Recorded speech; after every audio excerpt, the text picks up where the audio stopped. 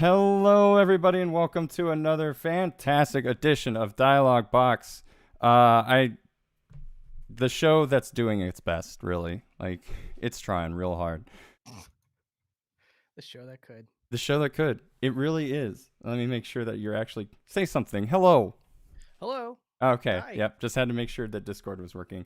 I am here today with a very lovely guest. We have creator of Boundary Break. You can find him over on youtube.com. He also streams on twitch.tv/Shesez. We have That's Shesez. right. Yeah. No. For Twitch, it's Boundary Break. Oh, is it Boundary Break? Yeah. Twitch.tv/Boundary Break. I'm the show that's doing its best. How's it going, man? It's going good. How you doing? I'm doing great. I had a really busy day. Going outside, running some errands, getting ready to talk about Metroid 2, Return of Samus, and the Metroid series in general. Because I know when I reached out to you, you said you had some thoughts and feelings about the franchise as a whole. So we'll talk about a little bit about your relationship with the Metroid franchise, as well as just kind of talking about Metroid 2. We'll kind of focus on that as well as its multiple remakes. We'll talk a little bit about the AM2R remake as well as Samus Returns. Whether or not the remakes do the original justice or, kind of elevate it to some degree. And then, just our thoughts and feelings about the legacy of Metroid 2. So, first off, we'll talk about Metroid and You, Part 2, Electric Boogaloo. When did you first hear about the Metroid franchise? Oh, geez. The first time I heard about Metroid was I was at a friend's house, and it was that gray original Metroid 1 cart. And I was like, oh, this one looks really retro, because at that time there was a lot of NES games that had like real line art for the boxes and the cartridges. Yeah. But like those old Nintendo games, they just used the pixel art from the game. Um, so that was like the first time I seen it. We popped that in. I didn't like it. um, and then at a certain point, I went over a friend's house and I saw the intro to Super Metroid, and it scared me, and so I didn't want to play it. Um, but I think at a certain point, I was able to borrow the game and I played through Super Metroid, and I was a fan ever since. Since it, with enough perseverance, you can get through that game. And so after Super Metroid, I basically played every single game in the series, and I started to discover that the games in its series are more special than I ever gave it credit for back in the day. As we started to see more games come out and what sort of variety we would see in the future, Metroid then became a franchise that I recognized as like good, like really good and rare. And it's unfortunate that it is rare. Mm-hmm. So I became like quite a big fan. It's one of my favorite Nintendo franchises now. Yeah. I mean, it's interesting because like I think I started playing the first one I played was Super Metroid. I happened to find it at like a Blockbuster when they were retiring games that have been like previously rented. They would just kind of put it in a bargain bin, and I think I paid like $5, which imagine paying $5 for Super Metroid, just the cart, like nowadays. Like that's and I remember playing through it, and I think the main reason why I'd found out about Metroid was through Nintendo Power, and then as well as like I had a family friend or like friend of my parents that would come over every now and then. And I guess their son had a Game Boy, and after they went off to college, they would bring the Game Boy with them to let us play it, like my brother and I. Oh, cool. And the only two games they had were Tetris and Metroid 2. So I played through Metroid 2 a little bit, but I found it like, even as like a 6-year-old who was like cutting his teeth on like Donkey Kong Country and DKC2, like I found it really frustratingly difficult because I didn't know where I was going, and like the maps were difficult to kind of get through.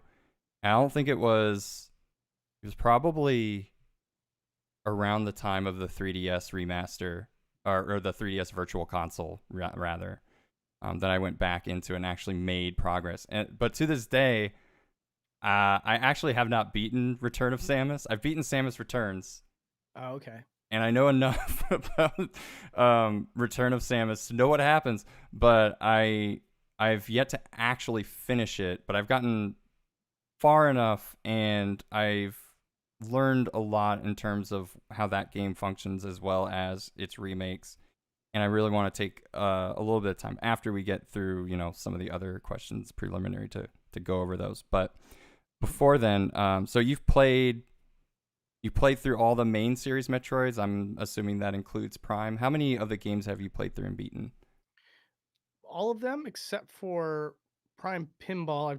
I played that, and I don't really get the appeal of it. I've never been a pinball wizard myself, anyways, so unfortunately, I didn't really care for it. And I also had never played Federation Force, like never tried it, Okay. so I don't know if it's good or not. But other than that, I've played and beaten every single one in the series. Okay.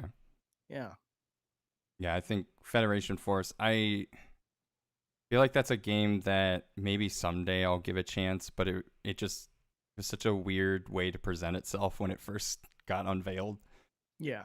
So, um, It's really unfortunate that like I don't know why they decided to go for chibi style and all these other things. Like it was just kind of like a misread as far as what the fans want and look for. But mhm. I think that it was a byproduct of Nintendo trying to create a fan base that wasn't there before, because the fan base for Metroid was fairly small. Now we're starting to see some good numbers from Metroid Dread finally, which is Mhm. good. But yeah, at the time, it don't I never really pulled in the numbers that like Zelda and Mario could. Yeah, I think it's a weird kind of unfair thing too, because like Nintendo really gives those games an opportunity. Like Mario and Zelda tend to have so many different games coming out for those franchises every year, and then they kind of came out with Federation Force for Metroid after like such a drought between Metroid Prime 3 and like another Metroid game. So like when Yeah. we finally get some kind of Metroid thing and we realize like we're not really playing as Samus, we're not really sure what this is about. I know some fans of the series have gone on to say like it gives more background into like the actual Galactic Federation and how that works in the series, or like how that works in its world.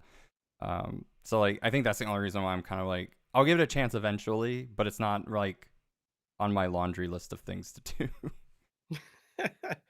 I guess you could say it's on my laundry list. It's just on the bottom of that list. So, Yeah.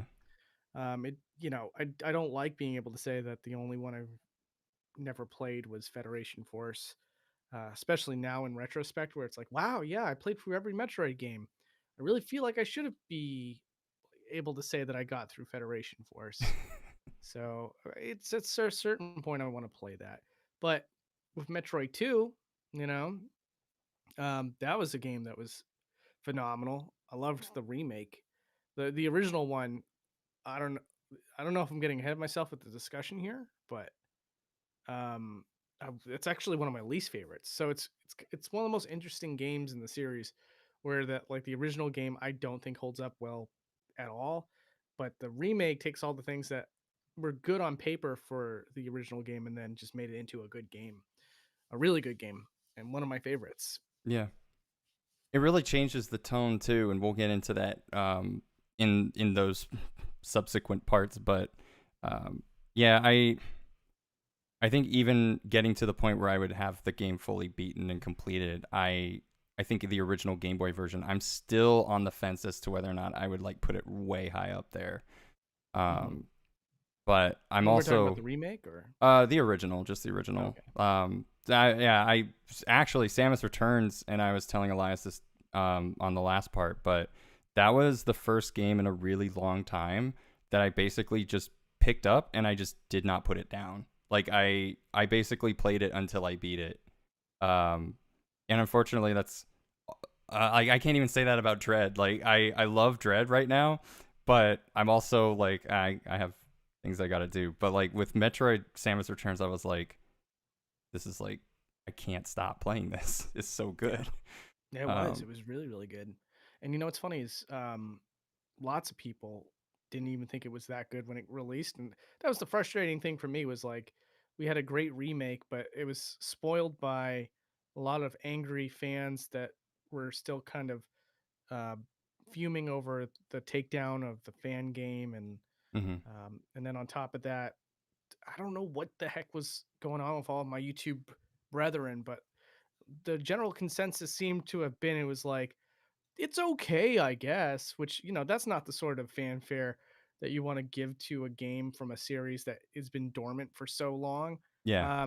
And but not even suggesting that they fake it to you know boost the game in any sort of way, but I generally felt like it was a really, really, really good entry into the Metroid series. The Hmm. combat, you know, it's still leaps and bounds better in my opinion than like any game that preceded it, and then Metroid Dread did even more with that, which is Hmm. great. But I wouldn't make the argument that, Dread somehow fixed something that was wrong in the last game. It just expanded upon it as Yeah. sequels should. So that was something that was always odd to me. And again, I don't know which of these things that I'm going to be saying might spill over into your questions, but That's okay. um, I was just thinking like, I wonder if people didn't like it as much because it was a remake of a game that just wasn't that good in practice. Um, So like the idea of having to kill all the Metroids on the planet, when you play the original game, they're all the same. It's like just four enemy types that don't really do a lot Yep. to change how you approach them. They're just, missile sponges for a little while and Yeah. then they die. And then you kill like something like Like 80 of those. it's like 40. Yeah. 40. Yeah. Yeah, 40 of them, And with the remake, they did things to spice it up. Yeah, it's still the four types, but they behave differently a lot of the time, if I recall correctly. Hmm. So, like that's what Metroid 2 is.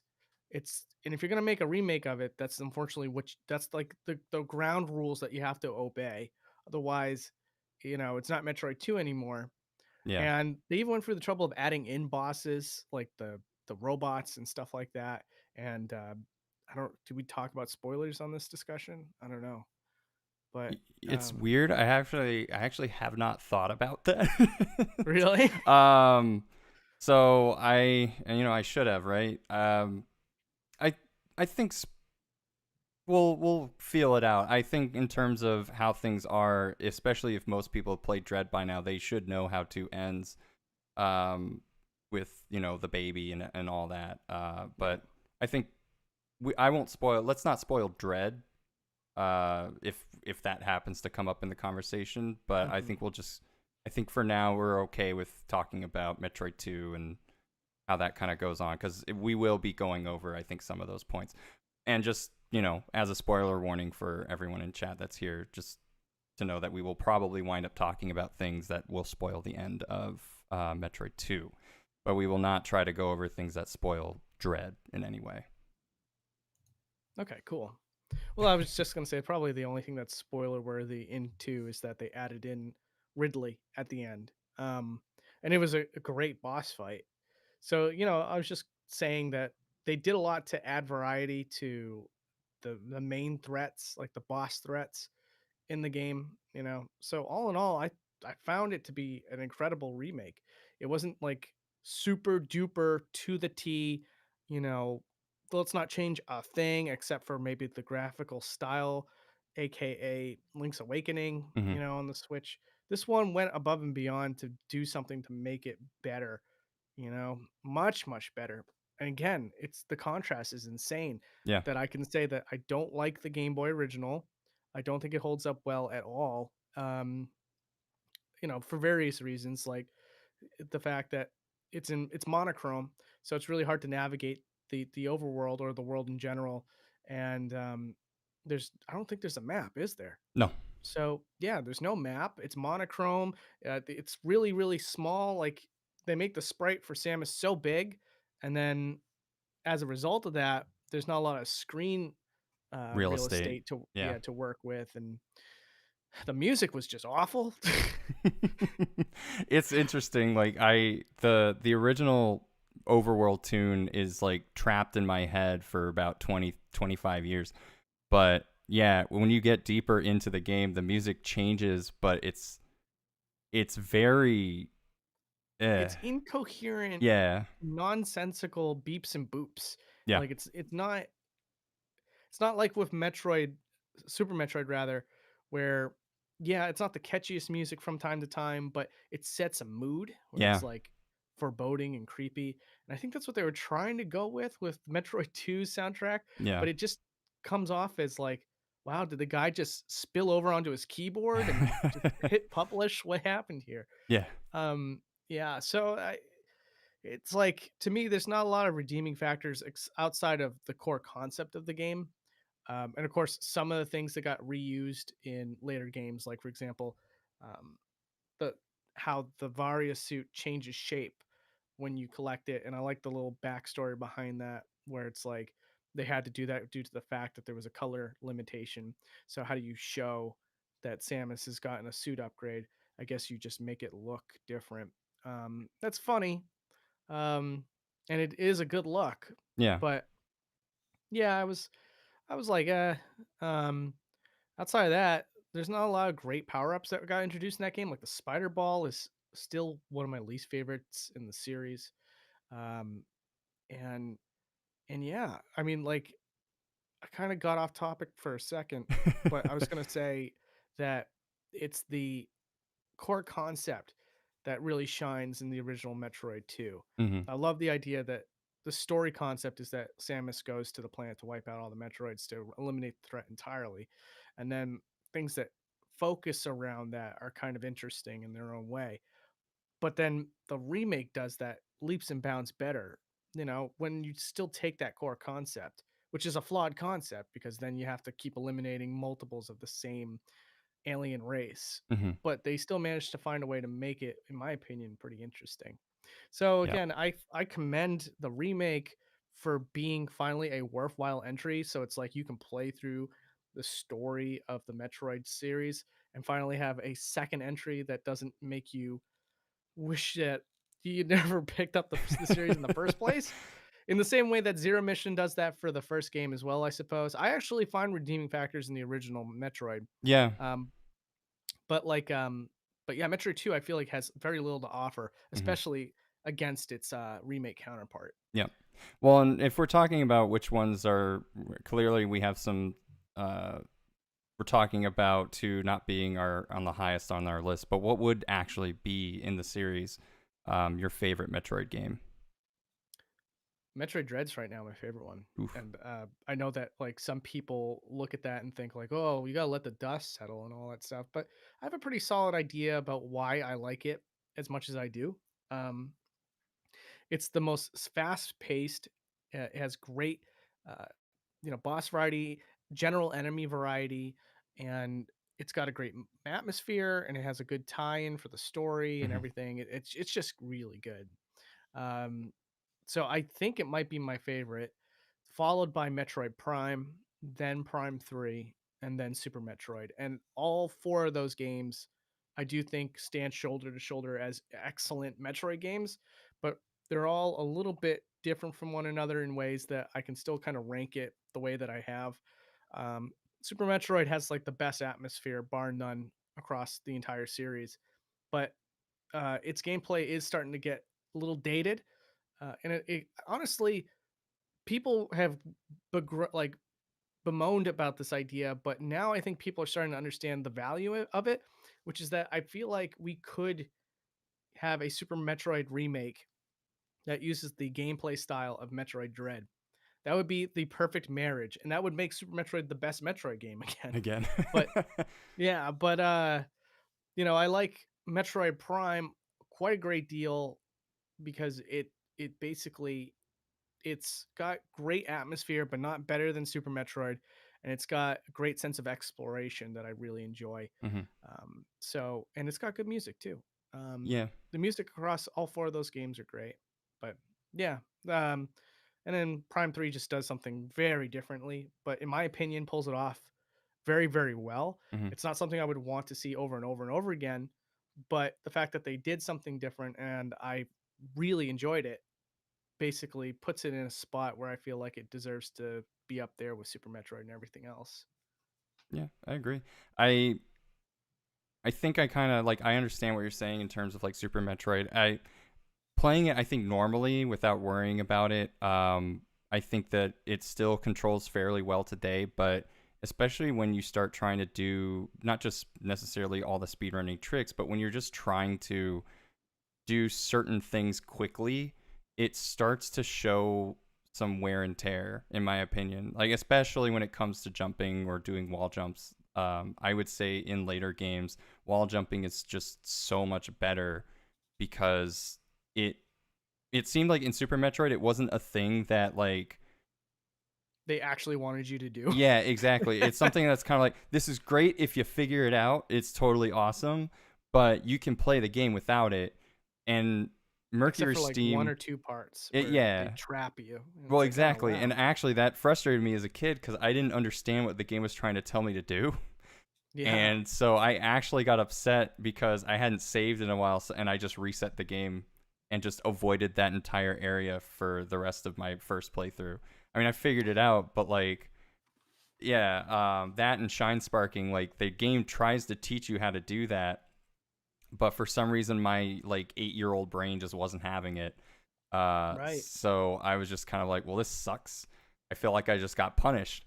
But I think in the later games, like now that there's an understanding of how these things work, and Mercury Steam, uh, they have had a handle on the Metroidvania style because their last 3 games were Castlevania games. 2 of them were 3D, and more sort of in the God of War vein, but they also worked on that. There's like a Castlevania sub game that came out on the 3DS, and then it kind of came out on Vita, and then it came out on like PS3 and Wii U. But it does have that like 2D Metroid style gameplay. So like they really cut their teeth through like these earlier games, and then they started working on Metroid with Nintendo. And I think Dread is just sort of a culmination. Like it's clearly evident that they're getting better with each subsequent game that they create. Hmm. And the controls are just getting tighter. And so I agree with that. Like there are still things about Super Metroid that I think put in my number one, but I can definitely see Dread, Samus Returns, and hopefully like any future that this franchise could have would just make it better and better and would, like you said, kind of like show that it's not a bad idea to go back to Super Metroid and try to do a remake or something of that nature. Yeah.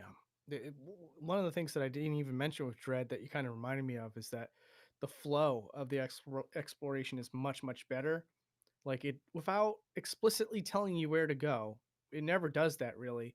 The game constantly kind of makes it easy and obvious to figure out on your own where to go.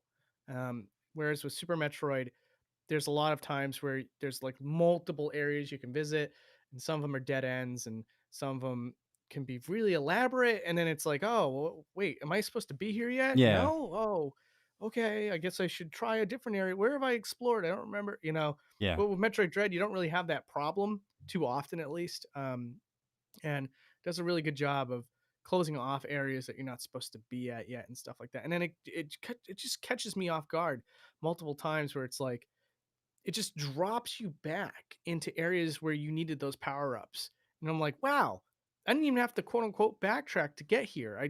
The game Yeah. just is it's mapped out in such a way that it just dropped me here to go and do it. That's awesome. Um, so like again, and the map design is like something that I give Dread like huge praise for.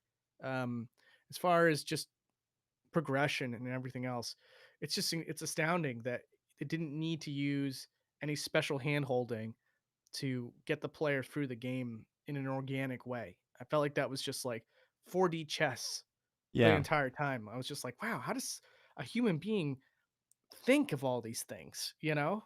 Yeah. Like how does a person even begin to map out a game's environment like this? It was I was really impressed. And it's a big map. Like I think for a 2D Metroid, it's huge. So to be able to use these backtracking features like the teleporters and the elevators and the train systems that are in Dread is very indicative of them learning like we've done this enough times to know what do we hate about Metroidvanias that we wish were easier, that we wish would make more sense. And let's put that into the game and make it so that the player just kind of effortlessly understands and uses these features that we're giving them so that they have a better time. It was, for a completionist standpoint, it was very easy to go through Samus Returns and just get 100%. I think they did a really good job in that game, in that remake, to kind of help you. And in the original, there really isn't any backtracking, and we'll get to that in a little bit. But like in Return of Samus, there's just, you just keep going. So Yeah. for them to be able to return it to that Metroidvania or that puzzle action style, or search action style is what they're calling it, is commendable. I agree. Um, I, but yeah, with Metroid 2, I can't remember. I feel like at times I got a little lost here and there, but no, not even, because they had that ability, that Aeon ability, Mm-hmm. where it would like show you all the hidden blocks and Yep. all that stuff. So yeah, that one again, I didn't have a problem with that, and I know that, you know, well, I don't want to say spoilers for anything, Yeah. but yeah, like I didn't mind that. I like that it was optional as far as trying to find hidden blocks and stuff like that. One would have to ask, why would you not use that ability though if it's there in the game? Unless you want to create an artificial challenge for yourself. But Mm-hmm. as a Metroid fan, no. I mean, you're trying to beat these games as fast as you possibly can. Why wouldn't you use all your tools at your disposal? You Well, know? and a lot of the things that are hidden are very obtuse. Like, I've played enough Metroid games to kind of have an understanding, but there are just times where I'm kind of like, how the heck was I supposed to know to do that? So just being able to have those abilities and the tools at your disposal that you can kind of go in and like search for things, and you kind of go, okay, that might be either a bomb, or I might have to do some trickery that, like, I've seen some of the videos of people like doing some amazing shine sparks, or like things that it's like a gauntlet in order to get like a +2 on your missile counter. But like stuff like that where it's kind of, at least the game gives you something to understand that this is something you have to do, and then it's your choice if you want to go Yeah. ahead and do that.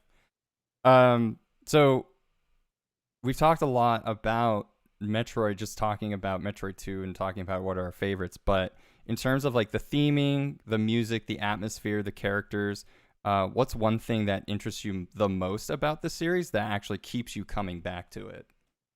The series in general. Yeah. Yeah. Um, well, I love the isolated. If I hate to use the word, but it gives you a sense of dread at times. Ah. Yeah. Well, it's kind of funny because like Metroid isn't technically like a horror game, but it always tiptoes on that line when it's done right. Mm-hmm. Um, and that's what I like about it. I like the sense that like you're all alone, and it gives you this feeling like there's no one there to help you. But as you progress through the game, you become stronger and stronger to the point where all of your threats um, feel like nothing to you. You can really get a sense of the power that you're collecting along the way. You get a personal sense as the player how strong you become. And as far as theming goes, it's great in that regard. It's like you start off with a threat that's borderline horror themed, Yeah. and then by the end of the game, you become this ultimate warrior, basically. And like that's to me one of the greatest strengths of Metroid. It is the theming that makes it better than say like a Castlevania game for me. Um, because I don't know, again, it doesn't always do it right. Like Zero Mission, uh, you get the abilities and everything, but it all feels cartoony and fast paced, and there's never a sense where I feel afraid in that game. Um, so that gets a little bit lost, but Mm-hmm. it's still a great game. I still really enjoyed it. But like it's why Super Metroid and Metroid Prime are so high up there, because it makes me feel a little intimidated at the start, and then like any great Metroid game, you become really powerful. So yeah, I guess that's really why I keep coming back to the series. Not a lot of games do it quite as well as Metroid does in that regard. Like, yeah, you'll always find games that have like more you can do with the combat, or more areas to explore, or more abilities to work with, or something like that. But it's they'll never quite capture the things I just spoke about with Metroid. That's definitely something that Metroid holds on to its own. I feel personally, at least. Hmm. I agree with that. I really enjoy, like, it's almost like an RPG. Like, you start off and you're really weak, you turn the wrong corner and you're just dead like immediately. Or you're not supposed to be in a certain area right now. And instead of leveling up with like experience points and everything like that, you're finding items, you're finding new suits of armor, you're finding new tricks that you can do. You use all of that in order to get past the things that were stopping you before. And I think a lot of games, especially now, that kind of copy that style, they, like Castlevania, I think errs more on the side of, you need this thing in order to jump over this obstacle. We're going to give you a double jump. Now here you go. But like you were saying with Metroid, it also makes you feel like you're not very good, like you're weak. And Hmm. all of a sudden you get better and stronger. And then all of a sudden, by the end of the game, you're this ultimate powerhouse. And you've learned all the different tricks that you can do with the controls. And you get better at that. So not only is Samus getting stronger, but like subsequently so are you. So like, Yeah. you, by the end of the game, you're now this ultimate space, like, beefed up space warrior, and you're ready to take on Ridley. And even Super Metroid kind of does that, where you face Ridley at the beginning and you don't really get a dent in him, and then by the end of the game you completely just obliterate him. Yeah, So that's a great example yeah. So where it's it's like, really fun how they kind of do stuff like that, and I definitely agree. I kind of laughed a little bit because you were like, Metroid apparently does horror better than Castlevania, which is supposed to be in that horror area. And yeah, and I see someone in the chat like, so I have played Symphony of the Night, and Symphony of the Night does do that. I'm also thinking of some of the ones that came out on like Game Boy Advance, where, because there's like a traditional leveling system on top of it, you are mostly just getting items in order to like jump over or get past obstacles that were keeping you from getting to an area, rather than like, I'm not strong enough to go there. Though there are some minor examples of that. hmm I Uh, need to play Symphony of the Night. Although, again, from what little I played of Symphony of the Night, it felt like they just kind of they took horror creatures but made it very um I don't know what's the word. They just don't make them come off as frightening. Horrifying. Yeah. Yeah. They're just kind of like they're no more threatening than a Goomba, then I guess. you Yeah. know? Whereas like taking the wrong step in Super Metroid suddenly lands you against like a 14 like I don't know, 200-foot tall monster Yeah. that shoots like things out of its belly button. It's like that's horrifying. Yeah. You're like, how do I defeat something like this? But like, maybe Symphony of the Night does that too. I just haven't gotten to a point where I got there yet. But like, nothing about it really instills any sort of fear. Um, and it is ironic. You're right. But like, it's always. I mean, I feel like Castlevania. Not to go too far off topic, but I always feel like the series in general doesn't aim to be scary. It just kind of uses like universal monsters to like create like a more cinematic actiony kind of game, and Yeah. that's almost like from game to game. Yeah, but yeah, it's fun. Yeah, it is really funny though that like and again, Nintendo themselves sometimes loses track of how good of a vibe they can instill in their Metroid games. Like I said, Metroid Fusion at times it has like the chase down thing with the SAX, but outside of that, it's a very cartoony and the music's very upbeat. It's very weird. Um, not particular, not really a big fan of that one, but yeah, over time they kind of reel it back in with Metroid Dread. I felt like Dread feels pretty good. Again, not the best atmosphere, but it does a lot to make you feel anxious, a sense of dread. If you Um, will. yeah. So And yeah. that is kind of a reigning theme with some of these episodes that I'll be discussing. So we're actually going to get into that right now, and we'll talk a little bit about a little bit more about Metroid 2, the original, that came out on Game Boy in 1991.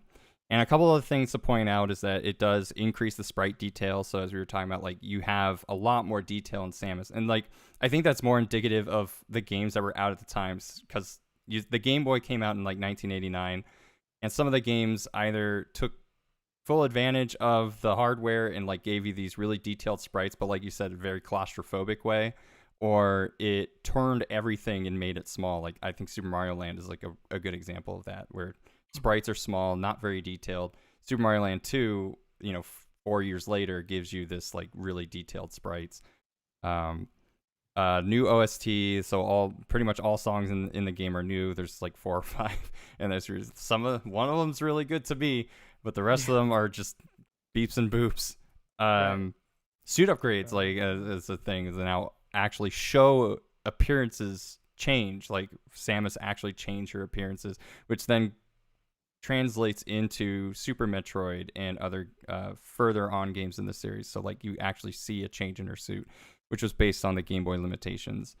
Um, the thing for me is that the one thing I noticed is that the game is a lot more linear. It's based on this idea that you're destroying or basically committing genocide of an alien race, and after you kill 10 of them, you get to go further down, like the acid pits that keep you from going further into the game. Then drain and you can go further, and there's not a lot of backtracking in that way. And then this is the first game in the series to introduce battery back saves. Gotta always put that on the box, Mhm. instead of password systems. Now, do you think that a lot of the changes, including like the more linear gameplay map, um, do you think a lot of these were just based on the limitations of the Game Boy, and do you think that that kind of makes it an overall better experience than the first? I think based on what we've So, already talked about. so you feel there's linearity to the map in Metroid 2? Yeah, in the original, like Samus Returns is does a lot of changes to kind of make you want to go back and see other areas, but I would say the original, I don't believe that there's a lot of, all right, I have this thing, now I'm going to go all the way back up to here. Instead, you're just Oh, kind I of see. going further and further down the planet until you reach the Omega. Well, see, the thing is that I would, I guess I would disagree about the linearity in that you have to explore and find all those Metroids before you can, submerge further and further into the map. Mm-hmm. And they could be like anywhere. And so it's like, it becomes like a game of hide and seek with a X number of Metroids. So it's like you have to explore the quadrants of the map with nothing to really indicate like this is where it is. You got to go this way, Yeah.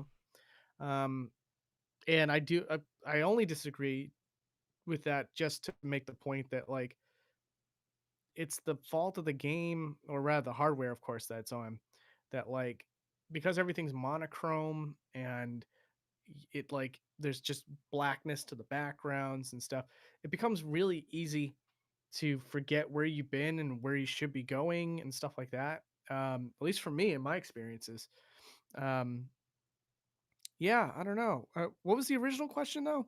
It was basically, do you think a lot of the changes that were made to the game between the first and the second were based more solely on the Game Boy's limitations, or and do you think that that makes a slightly better experience than the original? I think that it did everything that it did to change from the original for the sake of boosting this original title up to a status that is um, worthy of or like more recent titles like Zero Mission and Fusion. I think it was going for more of like a Zero Mission esque feeling remake, where although the art style is different, Mm-hmm. um, they just like Zero Mission, they added in bosses, they added in scenarios, and um, it felt more akin to Super Metroid than it did Metroid 1, or in this case, Metroid 2. So, yeah, I think that it's not necessarily to just fight against the limitations of the Game Boy so much as trying to breathe new life into it to have a standard that is equal to something like Zero Mission, at least. Okay. That's what I think. Yeah. And I think that you see a lot of changes that become apparent to that.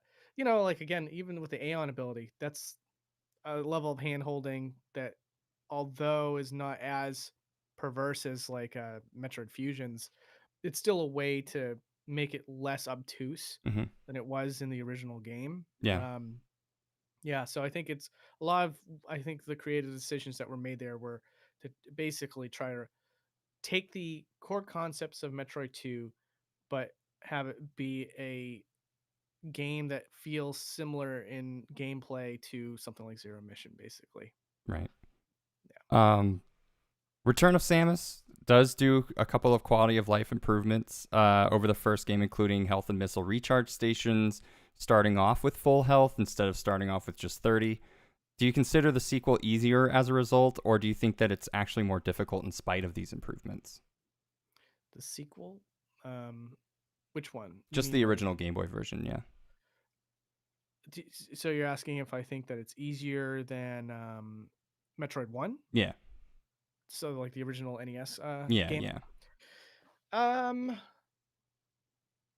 no, I don't, and feel free to disagree with me here, but No. I don't know. I feel like it's harder because you basically, again, for the reasons I mentioned before, it becomes very obtuse and very hard to figure out where to go at times, and um, some things like accidentally jumping into lava or something of that nature. It's very easy to take an L in Metroid 2. But like, you know, Metroid 1, yeah, you start off with 30 health. Yeah, there's no recharge stations. You're right. But it's it's like such a short game in general, and then also just like if you memorize where you're actually supposed to go, um, you'll never need to use a recharge station or uh, you know, well, technically, recharge stations come in the form of energy tanks. So every time you grab one of those, your health completely refills. Hmm. You know, so I feel as though it's a little bit easier. I mean, maybe I have to go back to the original Metroid 2, but Yeah. um, I have a lot more fun going back to Metroid 1, and I can get that done in less than an hour. I know that's kind of like an achievement, not a standard, but um, as a person that doesn't normally speed run Metroid games, I find myself being able to complete it pretty comfortably at times, Yeah. most of the time. Yeah, there are a couple of, like, the one thing that I will say that I guess makes Metroid 1 harder um, is actually the last boss.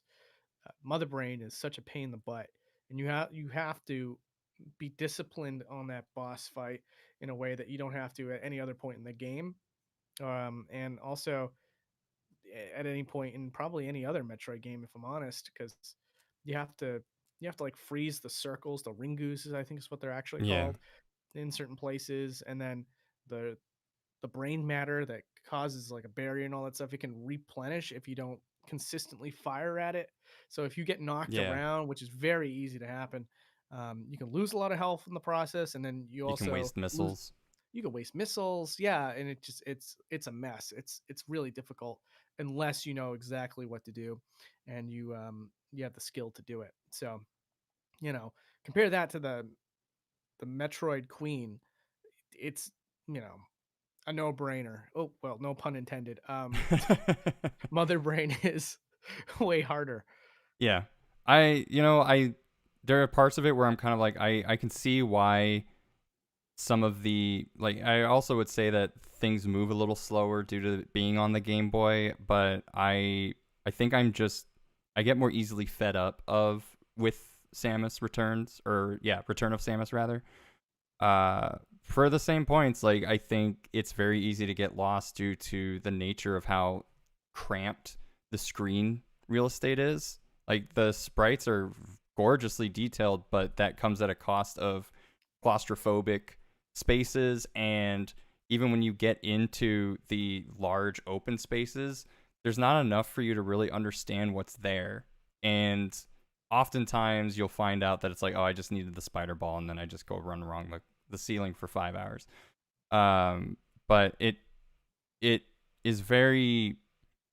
I think for me, it may not be as difficult in terms of the controls because it's a little slower, but I would say that there are times where, and I would agree with you, I think the bosses in Metroid 2, because you're constantly doing them and they change maybe every now and then, you're constantly repeating the same thing. So by the end of it, you've already learned how to do it like a couple hours ago, whereas the bosses in the original Metroid are difficult even if you know how to do them. Like I just think Mother Brain in particular is incredibly difficult, even knowing how to do it. Like I know how to do it, but actually executing it can be really frustrating. Yeah. So there's not really a lot of frustration in terms of the combat in Metroid 2, but I would say that there's a lot more frustration in terms of getting around and just run like, oh, this is the same hallway I was just in an hour ago. I have no idea where I'm supposed to be. Yeah, absolutely agree. And again, Metroid 1 is not without its red herrings as far as areas to go in as Yeah. well. But yeah, it's a kind of like a more of a culmination type thing with Metroid 2. Yeah. Again, it's not that it yeah, I guess I would say that Metroid 2 is just a little more difficult, I guess. I guess it would take longer for me to beat, I feel, Yeah. without constantly re-going through the entire game to get like the best time or something, which I have not taken the time to do. I No. beat it once and I was good enough with that. I was like, okay, I got this one off the list. And you know what? Towards the end, it got really interesting, but no, no, thank you. I'm glad that there's a remake now. Is basically where I'm at with that. um and I think a running theme between all these Metroid games is just that sense of loneliness, as we discussed, or that sense of dread. No pun intended. But do you think Return of Samus fulfills on this, and or how do you think that it fulfills on this feeling of loneliness and dread, and or how do you feel like it could be improved in any way? And I guess you can even talk about how like Samus Returns does or does not improve on that. I would say, you know, the one criticism I constantly have seen of the remake that I guess is true is it's not it's a little it lacks a bit in terms of atmosphere. Um, I think it has a lot to do with the punchiness of the gameplay and everything. It just kind of it gives you more of a zero mission type vibe where everything just feels like just an enemy and not really like a oh dear what's coming next kind of feeling. I never like you just said I never got a sense of dread um, going through the map or anything like that. It just kind of goes through the paces a little bit in terms of atmosphere. Um, and that's not a terrible thing. I've had to come to accept that for many years now. So for that to be something that would hold me back from playing it, I mean, you're bound to be disappointed as a Metroid fan if you're not willing to accept that some of the games will just kind of feel more actiony than put you through the rings of challenging your sense of courage, I guess. Mm-hmm. But yeah, in terms of like how I compare it, that's pretty much why it would sit in like an A rank instead of an S rank for me if it was on a tier list, Mm-hmm. is because its atmosphere is not one of its strongest points, but that is in large part to do with the source material that it's based upon. The enemies in that original game just weren't particularly threatening looking. Um, so it just unfortunately had to work off of that. And while I guess the original game did a little bit more to try to be creepy and failed in my opinion. um, I think Metroid 2 just kind of went like basically like I said prior in the discussion. I think it just aimed to be more like Zero Mission in ways, and so it just felt more actiony. Mm-hmm. Um, yeah, so that's where I what do you think? Yeah, I mean, I think there are certain things where there are certain things about the original Return of Samus that makes me feel uneasy. And I think part of that has to do with the OST. Like once you start getting down, the music starts becoming not really like palatable.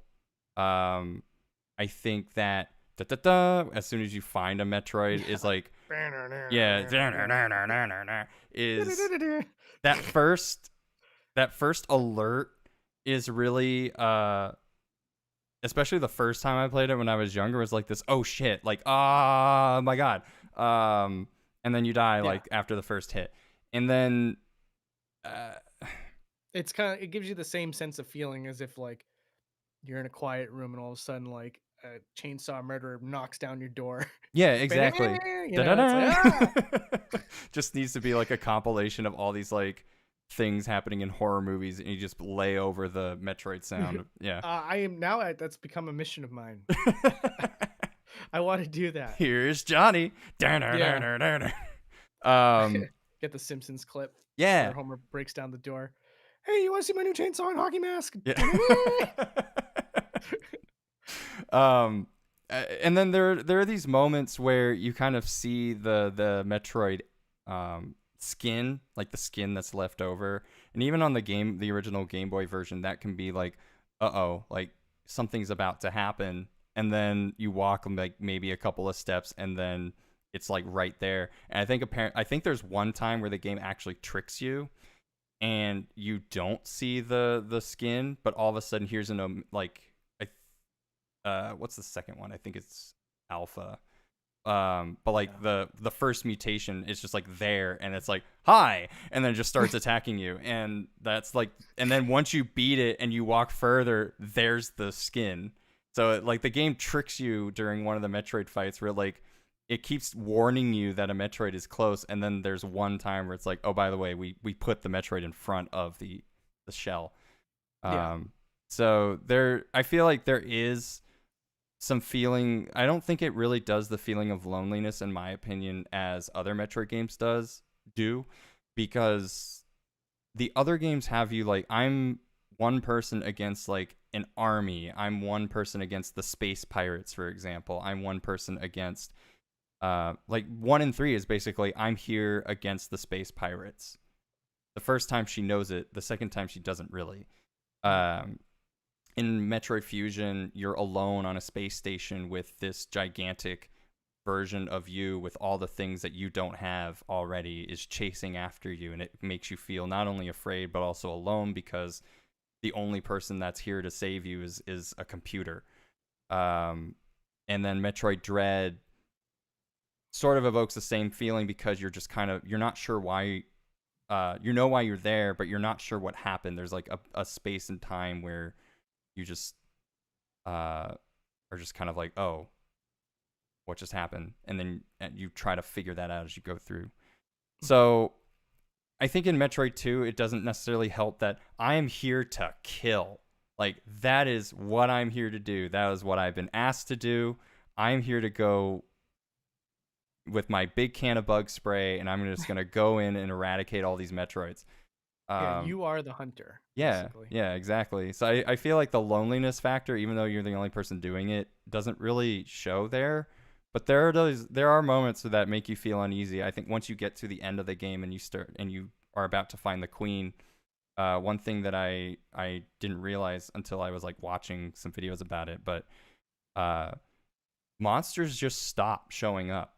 Like regular overworld monsters, as the further down you go, the fewer random encounters you have. And by the time you're at the last Metroid, there's nothing.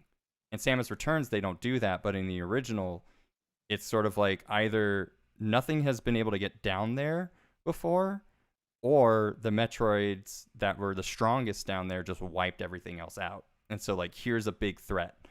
And then you see like remains of a lost civilization, or like the Chozo who had been there before. Their remains are still there, and obviously the Chozo are not. So I think that there's some feelings of, I feel like that's where the dread shows up, but it's like at the end of the game.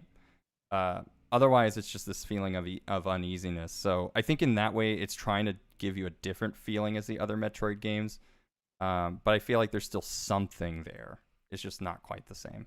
You know, it's funny because that's something I didn't even notice in my playthrough. Like that was that went past me, and I wouldn't be surprised if it went past the developers at Mercury Steam as well. Yeah. Like, yeah, because yeah, I just never took the time to notice that. it's never like kind of read out to you. No, So yeah. yeah, And that's cool I though. don't think if I hadn't watched it, I think it was Game Dev's Toolkit is the channel. Hmm. They have some really good stuff there. But and if I'll try to post it in the description once this is done, of the actual video in case I guess who the channel was. But I feel like I would have missed out on that had I not been told that, which is unfortunate. I wish I was able to read the between the lines and stuff like that. But I feel like that gives you this like that I think is where the quote unquote dread comes in, because it's like, oh, there's nothing else here, and I don't know why. Hmm. Yeah, it's cool. I'll have to like look into that video too. Yeah, I'll be sure to I'll send it over. I gotcha. Thanks, man. Thanks for the hookup. Yeah, no worries, no worries. I got you. Oh, and we got Nepsit in chat says hi, and that you should play Symphony of the Oh, Night. yeah, I want to play at some point. What's up, Nepsit? Hopefully you're still here. Yeah. Um, yeah, I want to play it at some point, but it's just one of those games that eluded me. I didn't even know it existed until I was like a senior in not college, senior in high school, Yeah. and someone was just playing it in his bedroom. At that point, the game had felt really dated because that was just all I saw in that moment was the opening scene Yeah. with Dracula, and he's like, "What is a man?" And we're Oh like yeah. all laughing at his like early PlayStation dialogue. We're like, ah, man, games sure have come a long way since then. Um, but I hear it's an absolute classic. I do want to give it a try, like an honest try. I bought it on Xbox 360 once, Mhm. but it didn't feel like they did enough to make it more modern. I don't know, like I didn't like how it still took forever to save, you know? So like I understand that that's a limitation of the PlayStation 1 where it has to read the memory card data and then write to it and Mhm. then close the book and everything, but they didn't nothing to optimize how fast that process was Yeah. when they ported it to 360. So I was like, "Ew, this feels old." And so but I kind I of want to go back and try it. Yeah, that for some reason I'll go off topic for a minute. That reminded me of I was catching your streams of like when you were playing the original Tomb Raider, and it's like seeing old games to a certain extent is really fascinating and fun to do, but it sometimes can be really frustrating in practice because you're just kind of like, games have come a long way since this time. Yeah. Ugh. I just recently beat the original Resident Evil, the GameCube remake, just because I'm still afraid to go back to the original tank controls of the PS1 original. So it's Ah. it's hard for I've me learned to. to adapt to those tank controls. I finally like got in tune with it, Yeah. I guess. So now I really I but what's funny is I've never played Resident Evil 3 the original and I've never finished Resident Evil 2 the Okay. original. And now I really want to. Well, yeah, especially after playing the remakes, they're a good time. Yeah, absolutely, man. So speaking of remakes, so Samus, the Return of Samus Game Boy Original was followed up technically by a couple, like two remakes. I think somebody did like a Game Boy Color hack, which was really good. Ooh. So we'll talk about a little bit about another Metroid 2 remake, AM2R, and we'll talk about Samus Returns for the 3DS after that. What changes were made?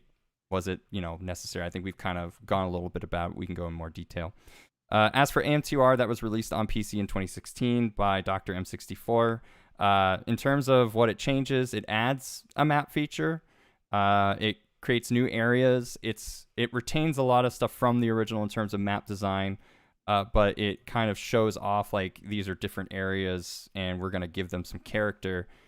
New bosses, mechanical improvements that are sort of based on like the future games or like Prime, Fusion, etc. It was closed down by Nintendo, who then released Samus Returns the following year. So have you played I think you just said so earlier, but you've played AM2R, and do you think I that played a does bit. right by the original? So I haven't played enough to really know if it does right by the original. I really want to play through it all the way through, and I really should. Um, but I played a good amount and realized like, yeah, this is pretty legit. This feels like a really good game. It feels like it's a like it could genuinely be released by a Nintendo if had it been a little earlier, maybe like on the Game Boy Advance or something Hmm. like that. Um, so to speak on it like that, I couldn't myself. What do you feel that way?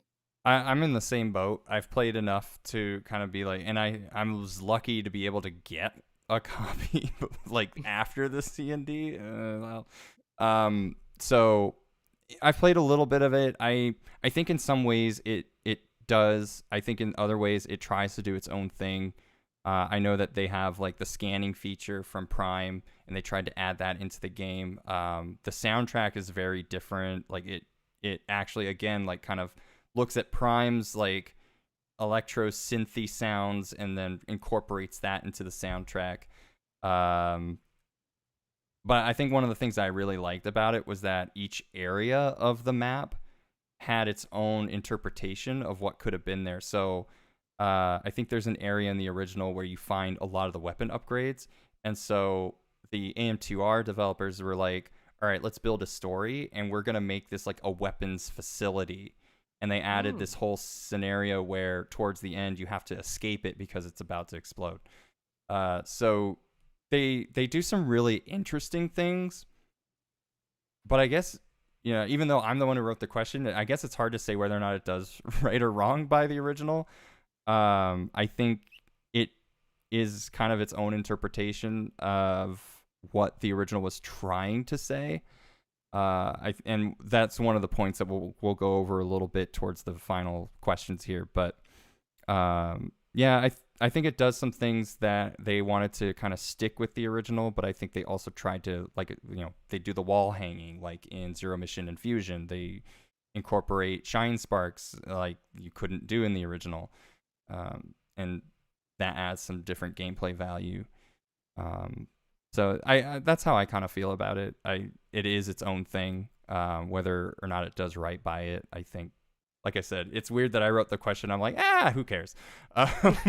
But yeah, it tries to say its own interpretation of the original story, which I think is, I think that's a good way to go about it, honestly.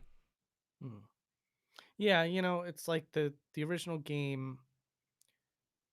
It didn't have a whole lot to work off of, so y- creating your own interpretations is um it's very easy with Metroid 2. Hmm.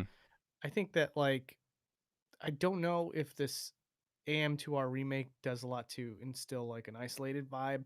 And I think if one of them, if that one steers more into that, then possibly. Hmm. I feel really bad about trying to weigh in on this without playing for the whole game, but I would say that the early parts of the game didn't really have a really like chilling kind of vibe to it either. Um, I but feel that's like that black background in the original really kind of sells this like something's off. Like even though it's so minimalist in its behavior on the original, it does kind of add this like maybe I'm in a cave kind of thing and there is no light or any yeah, kind of outside thing that calms me. kind of like the original Super Mario Brothers when you get to the castle, Yeah. like it's just a completely black background. And it's like Yeah. ooh, like Well, and even in the like original Metroid uses just it's black back there. There's really nothing to kind of give it life, and I feel like giving that atmosphere life can evoke a completely different emotion than if it was just black and yeah, nothing's back there. Because now yeah, it's the unknown. right, yeah. No, I totally agree with that. Yeah. Yeah, and it's like your imagination takes over at that Mm-hmm. time. Yep, Yeah. And totally. clearly, people had different interpretations of what that looks like because after AM2, after the whole thing with AM2R, Nintendo did release a remake, Samus Returns, on the 3DS in 2017. It adds its own story intro, so it gives a little bit more context into what's going on, updates the graphics, again, adds a map feature, new gameplay features, bosses, new mechanics like Aeon abilities, and more as an advertising point that Nintendo wanted to make as soon as they announced this game, a new counter move. So this is a game that's very focused on trying to do things with combat as well as the searching mechanics of the Metroidvanias that inspired it. Mhm.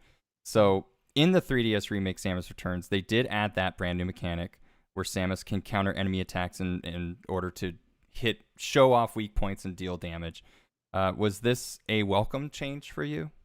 Oh yeah, it's one of the reasons why I love the game so much. It did things with the combat that I personally never want to go back from. And I'm glad that Metroid Dread didn't. I'm glad that it steered even further into that.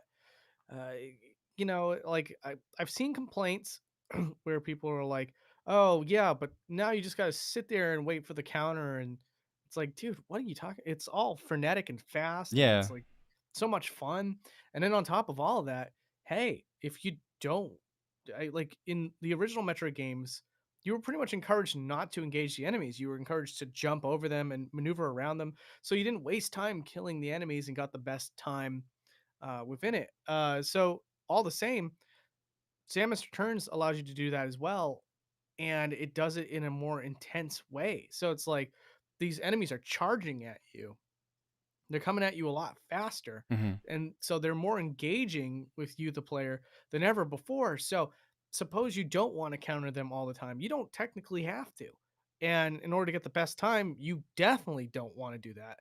So now you have this level of like finesse and skill that you need to have in order to dodge all the enemies as you go through the game. It's like it's a really intense, change of pace that I will welcome to every single 2D Metroid going forward. And I don't know how they could do it with 3D, but it adds a level of intensity and speed and freneticness that the 3D games don't have. None of them have. And I would love to see something similar in the 3D series as well. So do I approve of it? Uh, I would say Yeah, a little yes, a bit. big yes. Yeah, a little bit. Yeah, a little bit.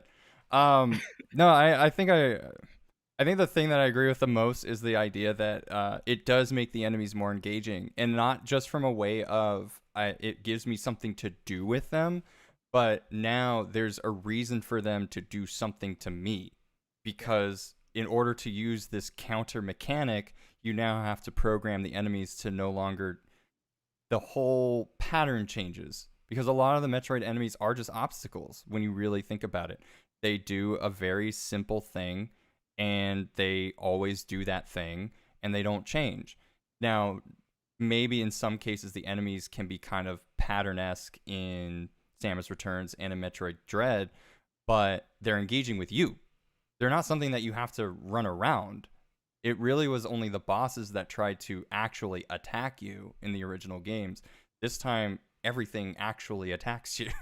So you right. have to engage with it or you have to avoid it. And, even Dread, like, does a lot more with that than Samus Returns, in my opinion. So it's, I, I think the thing for me is that this is from a developer who worked on Castlevania first, and I think maybe that kind of like dovetailed into this idea of let's focus on combat.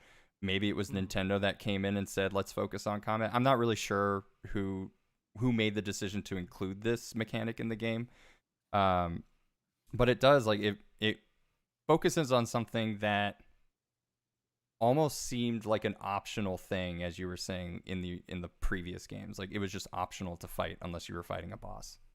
Right.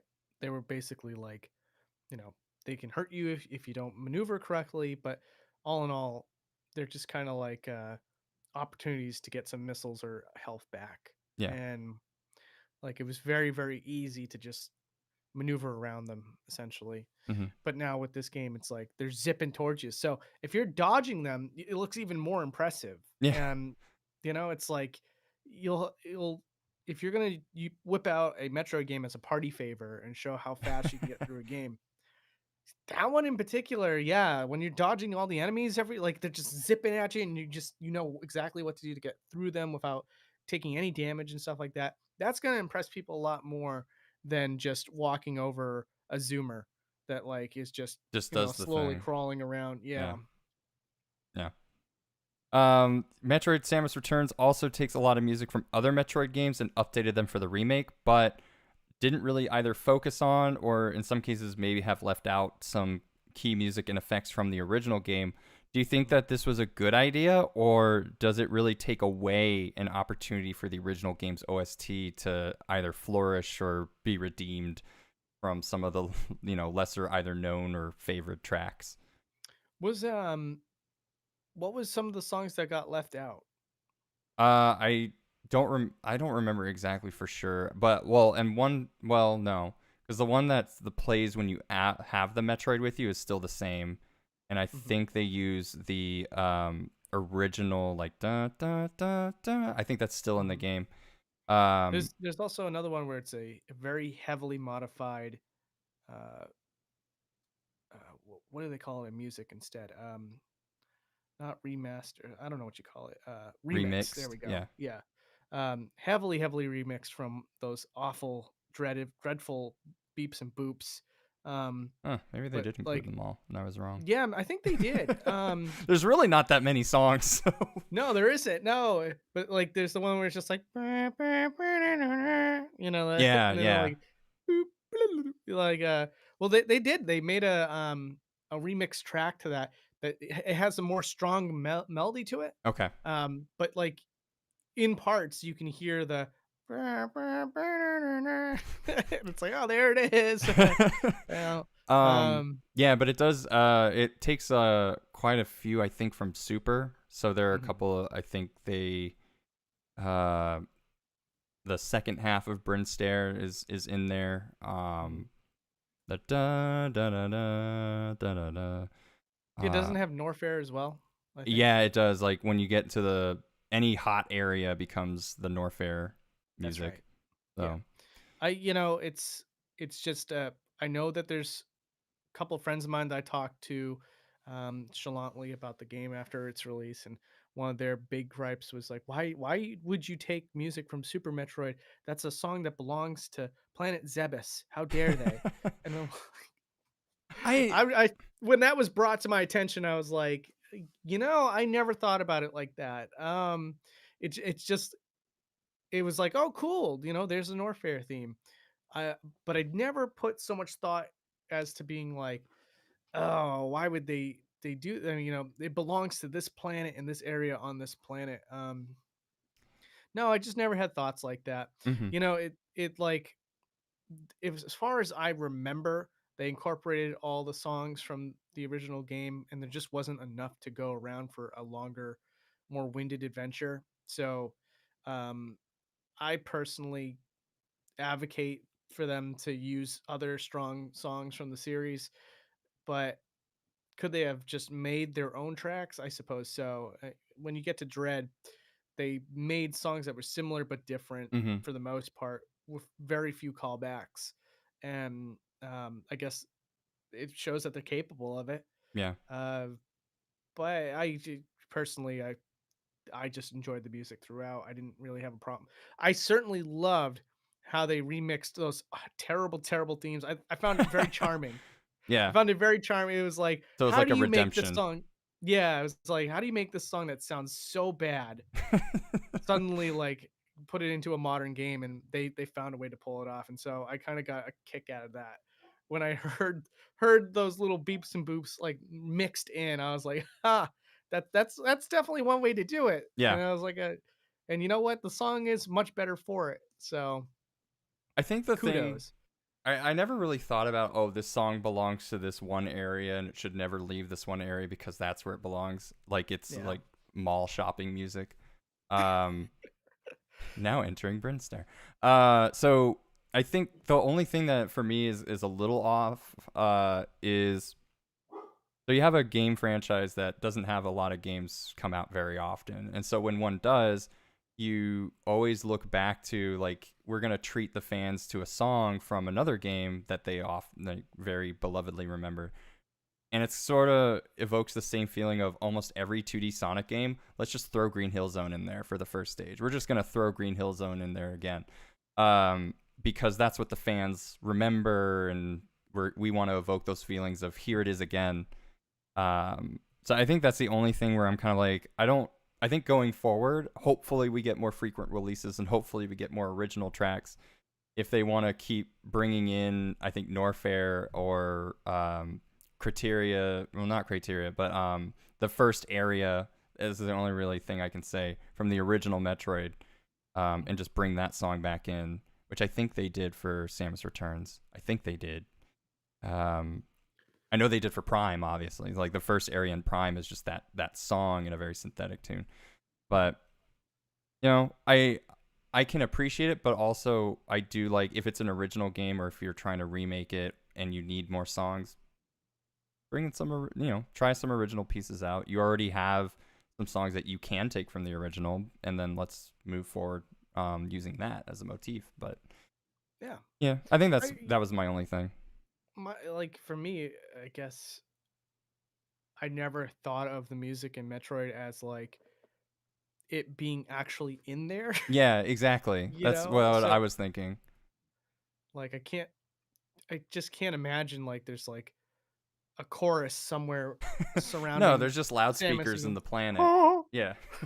oh," you know? Down. Yeah, Yeah. exactly. So Yeah. where are these people? Are they like Why up in does the every corners? planet have the do song? Like, I don't get that. Right. Who's playing that music? Yeah, this is a really Um, popular song. yeah. It's like it's just got a little music box in the Chozo hand or something. Yeah, he's just like constantly cranking. Yeah. Yeah. Yeah, so I don't know. I love the music in Metroid 2, the remake. Yeah. Yeah. And again, I was very, very charmed by the fact that the developers would actually go for the trouble of working in those original tracks and Mm-hmm. somehow making it work. So Yeah. that's a big thing for me. Yeah. All in all, I loved it. I thought it was really good. And And one thing that you can always bring back is the theme of Samus Aran. So yeah, yeah, I'll never get tired of hearing that theme. that's my Green Hill Zone. Yes. Just put it in there. I don't care. I'll do it. She'll always be Samus, so you can always use her theme. It's fine. That's true. That's true. From graphics to Aeon abilities to quality of life improvements, there are a lot of changes in Samus Returns. If you can pick one change or improvement that was your favorite, what would that be? One more time with that question. So from graphics to Aeon abilities to quality of life improvements, that there were a lot of changes in Samus Returns. If you can pick one change or improvement that was your absolute favorite, which one would that be? Oh, okay. Yeah, Like, what was the one thing I where you're don't like, think this will thank be God they surprising to added you. this? Yeah, it's funny is there's a lot of wonderful changes, but like the combat is one of those things that where it just kind of it was it charmed me so much that it's like every game in the series now I wish had combat like that. Um, so that one it's probably the obvious answer, but like as far as improving Metroid 2 and then thinking about like okay, all right. So it's not necessarily like a new mechanic that we're introducing. It's like just something that is just generally improved, right? Mm-hmm. Um I would say the music.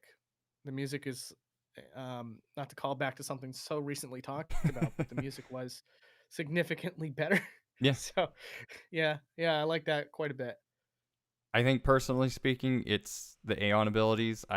Just the fact that it gives me the ability to see things that I could have missed is really like that's my favorite addition to Mhm. it. Just because, and wishing that they keep going with that in future Metroid games. Because as a first-time player, I'm thinking of a lot of first-time players, especially people playing Dread, who are like constantly getting lost and not understanding where to go next, and then they hit something on a wall, and then like, oh, okay. Having an ability to kind of help newer players out, not necessarily hand holding because you can choose to hit the button or not, but being able to give that option there for players to kind of understand how the game is played, and then maybe in the future you don't need it quite so much. You can kind of understand how the puzzles are solved in the first place, but even then there are still some like really tricky puzzles that you may not have even known were there in the first place without the aid of something. A guide or using that feature. So I think the Aeon abilities in general added a lot of interesting gameplay mechanics, but specifically giving me the ability to search hidden walls and stuff was really cool, and I appreciated that a lot. Yeah, doing a lot to keep you from meandering around. Like, I Yeah. appreciate that too. And again, the fact that it takes a little while to charge it up and everything like else like that, it still it uses some of the player's time, Hmm. and with a series where it rewards you for getting through it quickly, um, it still finds ways to make sure that your first run isn't like under, that sweet 4 hour marker. Yeah.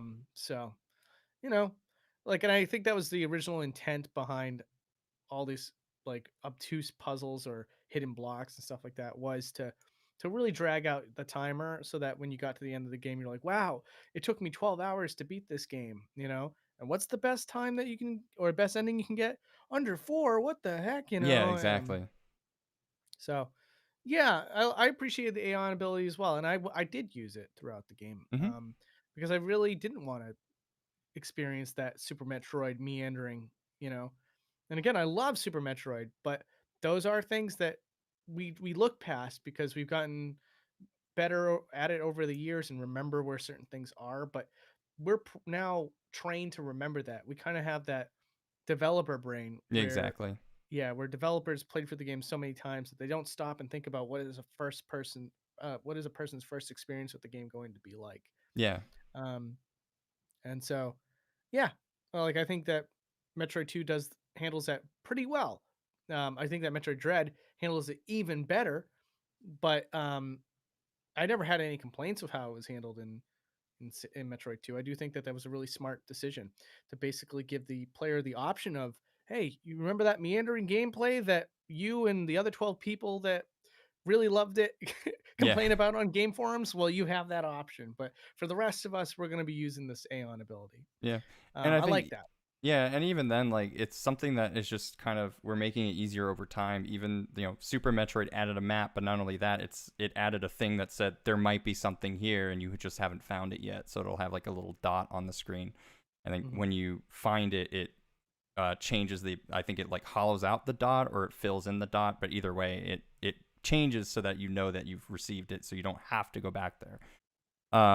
So yeah, these are things that have developed over 30 some odd years, 35 years, and have kind of culminated in especially what Dread does, where it is kind of like, here's something on the map that you might want to check out, and then when you have the ability later, it easily brings you back to that spot.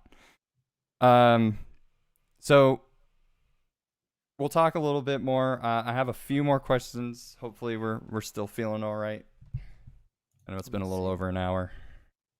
I could do a couple more. I still haven't eaten dinner, but Gotcha.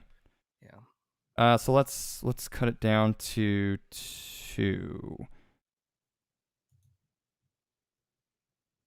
So, where many of the games in the Metroid series feature Samus alone against or chased by a threat, in two, she's sort of an intruder sent in to exterminate the remaining Metroids. How do you feel like this impacts Samus's character in later games? Well, it aids itself in something that fans have felt, and it ultimately led to a sense of betrayal with a game like Metroid Other M for a Hmm. lot of fans. Um, in that, yeah, there are parts of Metroid where you're supposed to feel somewhat helpless, or just like you're just unsure, and you kind of anxious about what's coming around the corner kind of vibe. um but towards the end of the game you start to understand, like, wow, Samus is badass, Hmm. and part of that comes with your abilities and everything else like that. So a game in premise like Metroid 2 does a lot to serve the badassery side of Samus. It's like, okay, you know there are aspects of Metroid where it's a little spooky and scary, but ultimately it's not a horror game because your character is strong and powerful, and a force to be reckoned with. And as a story premise that Samus is so good at what she does, that an entire federation will just send in one person to take care Yeah. of it. I think tells you everything you need to know, and I do appreciate that. Um, Again, does it make for my favorite interpretation of Samus and the story and everything else? Um, No, but it does well to serve the trilogy of Metroid in its series up to Super Metroid. Again, I think it's Metroid Fusion where things start to take a turn that I don't particularly like, but um, the way that Samus is represented in one, two, and then three, I felt was really good. And then games after Fusion as well started to really kind of bring a side about Samus that invokes those feelings of what she was in Super Metroid and Metroid Two. In Metroid One, she's a bit of a blank slate, and they didn't Mhm. really have a whole lot of idea as to how to set the tone for the Metroid series just yet. How far they wanted to push it, but Well, and even the player didn't truly know who she was until they beat the game. that's incredibly true. Yeah, Yeah. it's Um, almost poetic. well, and on to that, it's do you feel like that it makes the baby Metroid character? So Samus has wiped out an entire race of Metroids, but there's one left, and it Mhm. imprints on Samus and acts like it's its mother. Do you feel like all of that meaning of like killing its entire race before meeting it, like, and how things play out throughout Super and Fusion and Dread? Do you think that it makes that baby character more meaningful as a result of all that, of knowing that? Well, what's funny is that um, the aspect of motherhood and all that stuff um, that came later. If you look at the intro, maybe I can get the transcript for it right now. But I think like in the intro of Super Metroid, she just kind of sees the baby Metroid as a non-threat that she could take with her to have it studied for research. And I don't think that there was a whole lot. I mean, Yeah, it at a basically certain was point, like it imprinted on me. That's weird. Well, I gave it to the Federation. Like right? anyway, so I threw it in the dumpster at the back of a party city. Um, Oh my god. Um, I just forgot about it for a little while, and then Ridley showed up. I think that's a good point that you make, where they don't really establish this whole mother-child relationship until later. And even with Fusion, it's sort of like the baby Metroid helps defeat Mother Brain, and at the end of Super Metroid gives its life for this cause, and then it winds up saving Samus's life again at the beginning of Fusion, as to why she's now in this like cool ecto looking armor. Um, because the DNA of the Metroid baby managed to save her life. So I guess it made me think a lot about like that one act of mercy that she commits on this baby Metroid actually saves her twofold later on in the series. So I felt like that was a really maybe intentional, maybe unintentional. Like clearly it seemed intentional with Super Metroid. The baby mhm, Metroid seemed like the catalyst for the creative team to go back in and create a third game in the series. But like it seems interesting how this baby Metroid winds up becoming like a catalyst after two to be like part of this whole Fusion, Super, and other M as well. mhm. Yeah, again, it's unmistakable that the baby Metroid imprinted on Samus. Like that's incredibly clear throughout all of Super Metroid. Hmm. Um, but yeah, like I don't know. I don't even quite remember what the original question was, which was something about Do you that. think But that it makes the character more impactful as a result of the fact that like Samus like wipes out its entire family? um, yeah, well, I like how it served itself at the end of Super Metroid. Like, despite the fact that it's a featureless blob Yeah, with just giant fangs off the end of it, you still got a somewhat of a sense that like it's just kind of interesting, isn't it? How at the end of the game you still get a sense of like, ah, like yeah. oh, I feel bad for it, you Well, it's know? like the first time you ever see a Metroid give life force to something rather than Yeah, taking it away, which is what they're known for. right. Which I don't know. I thought that was really cool. Yeah. And really good, simple storytelling. But yeah, outside of a larger discussion for that, I can't really honestly say that I've ever put that much thought into it. No worries. You know. And do you have any final thoughts on Return of Samus, on the Metroid series as a whole? Anything else you want to talk about? Whew, Get off your chest. yeah, I wish it sold more, honestly. I'm glad that Metroid Dread is finally like giving the series like the respect that it deserves. But I really feel like that should have started with Metroid 2, uh, the remake on 3DS. Hmm. I was like, this game is wonderful, you know, and it definitely scratched a lot of itch that I had, and also introduced things that I never thought the series needed until I experienced it. So I was like really bummed out. It's one of the most depressing entries in the series because it's kind of like this was this should have, by all accounts, been the triumphant return to 2D Metroid, and like exposed players to a game that has been kind of neglected for many, many years. But instead, it was suppressed and pushed down by its own community.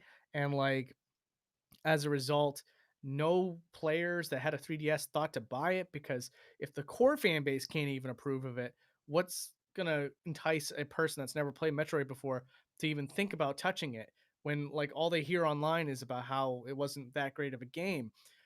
And I just sincerely disagree with that sentiment that was just kind of laid out by the fan base, and how the sales presented itself in the towards the end. I really feel like this should have been the success that we saw now with Metroid Dread. Um, I think and it's again, crazy, and now that I think about it, I mean, with Metroid 2 on the original Game Boy, it came out right around the same time the Super NES did. And so I feel like the Game Boy was still selling pretty well by then, but like it was being probably eclipsed by games like F-Zero and Super Mario World that had all these high quality detail graphics. Samus Returns comes out on the 3DS around the time the Switch comes out, and so you have this amazing new system with Breath of the Wild and all these other games that are coming out that just kind of completely, again, just overshadow the same game that was a remake of another game that was probably overshadowed by another brand new system that Nintendo released. So no, I totally get that frustration because I loved it when it came out on the 3DS. So yeah, I definitely feel for that. yeah, Well, that is it for the questions. I'm thankful we got through pretty much all of them, but and thank you for coming. Like it's been a hot it's minute since great. last time I've had you on. Yeah, and you know, I had a great time hanging out with you at Magfest. So it's been a while. I hope to see you at a future con at some point. But Yeah, yeah, I yeah, had a great time hanging out with you at that time. So I'm glad that we were able to do something finally, yeah, and just like have a one-on-one chat about something. It was nice. yeah. Well, if you're willing, I will always bring you back for something else. Cool, man. Yeah. Well, where can everyone find you? I think we should give you some props. What are you up to? Where can we find you? Well, you can find me by typing in Boundary Break into the YouTube search engine.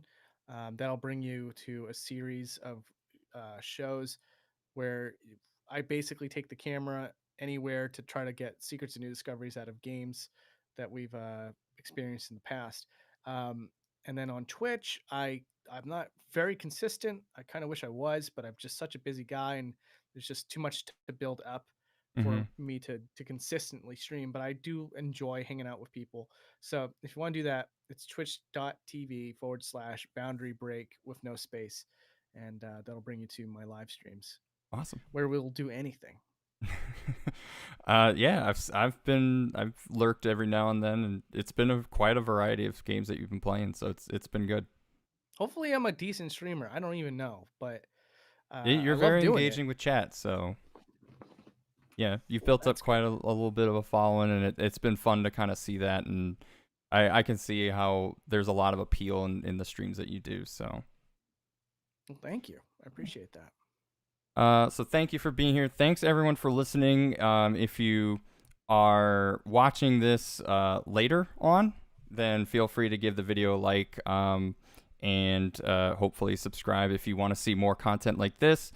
And if you're watching this after the stream, you can leave a comment like, did you like Metroid 2? Do you think it deserves more recognition than it got? You can leave the comment down below. And as for me, you can find more episodes over on youtube.com/laughingboylp. And you can also find this episode and many others like it on Spotify. Just search for DialogBOX, all one word. You can also find me on Twitter at LaughingboyLP for more updates in terms of what's going on with the channel. I've got a lot to say. Not always good, but I've got a lot. We will be continuing on. Our next episode will be part 3 with Rebecca Stone, also known as Forrest Minish. We'll be talking about Super Metroid as well as her history and thoughts and feelings on the franchise. That should be on Wednesday, some evening hour in the Eastern time zone. I'll have more updates. That's why you gotta follow me on Twitter, because that's when I post that stuff. So until then, thank you for being here, and thanks for engaging in chat. Thank you for being such a lovely guest, and we will see you all next time. Goodbye. Bye.